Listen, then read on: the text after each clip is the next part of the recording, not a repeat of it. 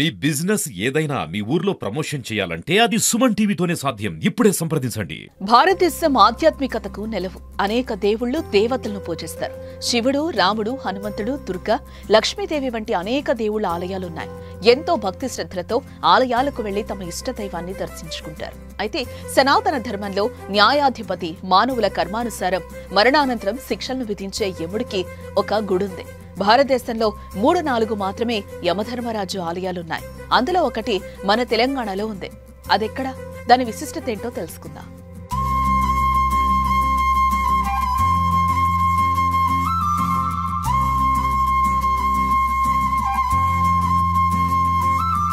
జగిత్యాల జిల్లాలోని ధర్మపురి పట్టణం ఎన్నో ఏళ్లుగా ఆధ్యాత్మిక క్షేత్రంగా విరాజిల్లుతోంది.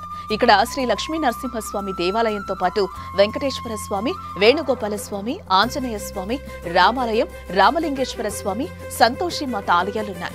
ఈ పుణ్యక్షేత్రానికి 1000 ఏళ్ల చరిత్ర ఉంది. ప్రాచీన కాలంలో ధర్మపురం, ధర్మవరం, ధర్మవుర అని పిలిచేవారట. ప్రాచీన సంప్రదాయాలు, సంస్కృతి, కళలు, చరిత్ర కలిగిన ధర్మపురి వైదిక విద్యలకు, జ్యోతిష శాస్త్రానికి కేంద్రంగా ఉంది. ధర్మపురిని దక్షిణ కాశీ అని కూడా అంటారు. ధర్మపురి అనగానే చాలా మంది శ్రీ లక్ష్మీ నరసింహస్వామి ఆలయం గుర్తుకొస్తుంది. కానీ ఆ ఆలయంలోనే ఈ స్వామి కూడా కొలువై ఉన్నాడు. తమ జాతకంలోని దోషాలు తొలగించుకోవడానికి, జాతకం బాగలేని వారు ఏం చేసినా కలిసి రావట్లేదని, లేదా జాతకం ప్రకారం ప్రమాదాలు జరిగే సమయమని, మానసిక ప్రశాంతత కరువయిందని, ఇలా రకరకాల సమస్యలతో బాధపడేవారు ఈ ఆలయంలోని యముణ్ణి దర్శిస్తే ఆ సమస్యల నుంచి ఊరట లభిస్తుందని భక్తుల నమ్మకం. ఇక్కడ మండపంలో గల గండదీపంలో నూనె పోసి యముని విగ్రహానికి దండం పెట్టుకుంటే గండాలన్నీ తొలగిపోతాయని కూడా భక్తుల నమ్మకం. యమలోకంలో నిత్యం పాపుల్ని శిక్షిస్తూ క్షణం తీరికలేని యమధర్మరాజు ధర్మపురి వద్ద గోదావరిలో స్నానం చేసి స్వామివారిని దర్శించుకుని ఆలయం నివాసం ఏర్పరచుకున్నట్లు పురాణ గాథలు చెప్తున్నాయి. ఆలయ ద్వారం కుడివైపున యమధర్మరాజు విగ్రహం ఉంటుంది.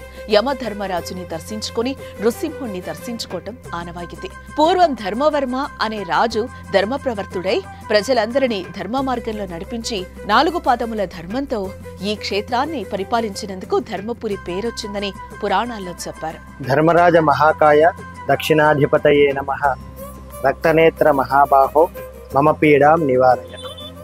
ఈరోజు భరణి నక్షత్రము ధర్మపురి క్షేత్రంలో నరసింహస్వామి వారికి ద్వారపాలకునిగా యమధర్మరాజు ఉండడం అనేటువంటిది క్షేత్ర విశిష్టం. ఇక్కడ యమధర్మరాజు స్వామివారికి అంతటి మహత్యం కలిగిన యమధర్మరాజుకు భరణి నక్షత్రంలో తైలాభిషేకం, పంచామృతాభిషేకం, రుద్రాభిషేకం చేస్తూ ఉంటారు. ఆయుధ సూక్తం ద్వారా మహామృత్యుంజయ మంత్రంతో అభిషేకం జరిపిస్తే మృత్యు దోషాలని తొలగిపోతాయని ఆలయ పూజారులు చెప్తున్నారు. ఈ ధర్మపురిలో కొలువైన యమధర్మరాజు భరణి నక్షత్రంలో భరణి పూజలు జరుపుకుంటే వారికి ఆయుష్ పెరుగుతుందనే విశ్వాసం కూడా ఉంది.